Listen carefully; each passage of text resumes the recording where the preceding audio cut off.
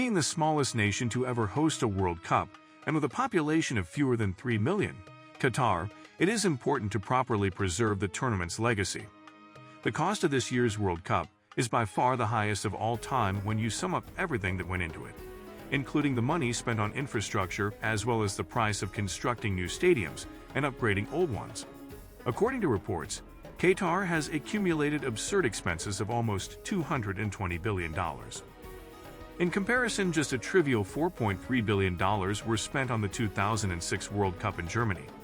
However, it is important to remember that the new stadiums in Qatar will only cost between $7 and $10 billion to build. The majority of the funds are being spent on infrastructure-related expenses, which are a component of Qatar 2030's overall strategy.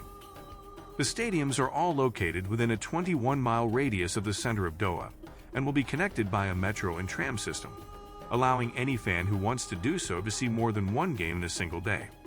Each stadium has solar-powered cooling equipment to maintain a constant temperature of 27 degrees Celsius throughout the sweltering summer months. All stadiums will be energy efficient, with adjustable temperatures. In order to leave a lasting legacy for the World Cup that extends well beyond Qatar's borders, the event organizers have promised to construct stadiums with modular components that will be altered after the tournament. After then, a football team will only have one stadium as its home. 6 of the remaining stadiums will have half their seats filled and be handed to poorer nations to assist them to improve their sporting infrastructure, while one more stadium will be completely destroyed. After all of that, let's examine the 8 stadiums' distinctive designs in more detail. Number 1. Lusail Stadium. The opening game, the championship game, and other crucial games will all take place at Lusail Stadium throughout the tournament. This stadium, which has the biggest capacity of any stadium, was created by Foster and Partners, and it can hold up to 80,000 people. The fan or lantern, which is defined by the interaction of light and shadow, served as inspiration for its design. Aspects of Lusail's appearance, the stadium, which is located 10 miles from the Doha city center, and echoes the exquisite artistic designs on bowls and other containers typical of the golden period of art and craftsmanship in the Arab and Islamic countries, was inaugurated this year much later than expected. The majority of the seats will be taken out after the competition and given to underdeveloped nations, since the future city of Lusail won't need a football stadium after 2022. Number 2. Bayt Stadium. Up to the competition's semifinals, matches will be played at one of the biggest stadiums. 9 games are scheduled to take place there, and the opening ceremony in Qatar versus Ecuador match were held there. With 60,000 seats, this stadium has the second highest capacity. The arena is intended to symbolize Arab hospitality, and it is built to resemble the Bayt al-Shamar, a traditional Arab tent. Given that temperatures in Qatar may reach 30 degrees Celsius even in November, the stadium's architecture reflects both Qatar's history and present, while also serving as an example of sustainable development. To keep the heat out, it will also feature a retractable roof. It is the furthest stadium from Doha at a distance of 27 miles. But if fans don't want to go, they can stay at the venue's opulent 5-star hotel and enjoy the upscale facilities at its soon-to-be-opened retail complex. Number 3. Janoub Stadium. The Dhow boats, a Qatari national tradition and a tribute to the city's nautical history, served as inspiration for the Janoub Stadium's contemporary architecture. It has a retractable roof and a cutting-edge cooling system, so that events may be held there year-round, even in the sweltering summer heat. It was created by the late Zaha Hadid, a famous British Arati architect. The amusing thing about this stadium is how popular Hadid's design became once it was originally shown. The stadium was compared by commentators to a woman's intimate regions. Janoub Stadium, which has a capacity of 40,000, was the first of the World Cup venues to be finished back in the summer of May 2019. Number 4. Stadium 974. This stadium, a first for the World Cup, was constructed from 974 shipping containers and other modular steel pieces to reflect the region's industrial past and the port that lies nearby. The stadium can be simply disassembled after the competition since recycled materials were utilized to construct it. Because of the stadium's smart modular architecture, less common building materials than in a conventional stadium development were needed, which helped keep construction costs low. The only beachfront location with a breathtaking perspective of the Doha skyline is Stadium 974. The end effect is a unique, vibrantly colored, and fully contemporary arena. The architects at Fenwick Arabaran created the stadium. Number 5. Education City Stadium.